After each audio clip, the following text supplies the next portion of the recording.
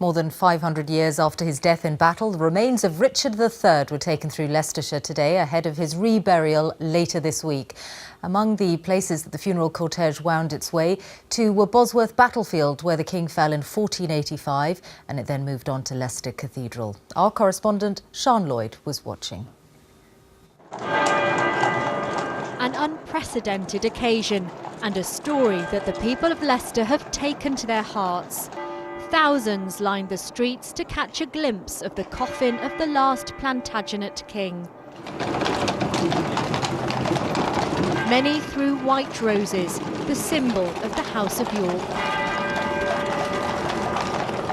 On a horse-drawn carriage, the coffin of King Richard III is brought these final few steps towards Leicester Cathedral.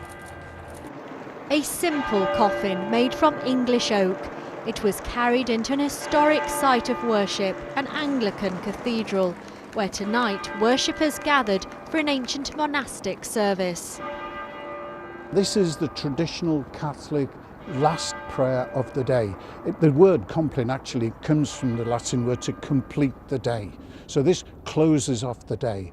And it's a prayer that Richard would have said himself most days. Following medieval tradition, this was a service of reflection, led by senior members of the Roman Catholic and Anglican churches. Today's journey began at the University of Leicester, where members of the academic community said farewell. The monarch's remains had been kept here ever since they were discovered beneath a car park 2.5 years ago. He was a controversial character who's divided opinion for more than 500 years. But today is an act of remembrance befitting a former king. Lining the route Richard of York followed into battle, 35,000 people came to Leicester to welcome him back. It's really interesting and exciting. It's the most remarkable thing in my life. The coffin containing the remains of King Richard III will lie in repose here in Leicester Cathedral for the next 3 days.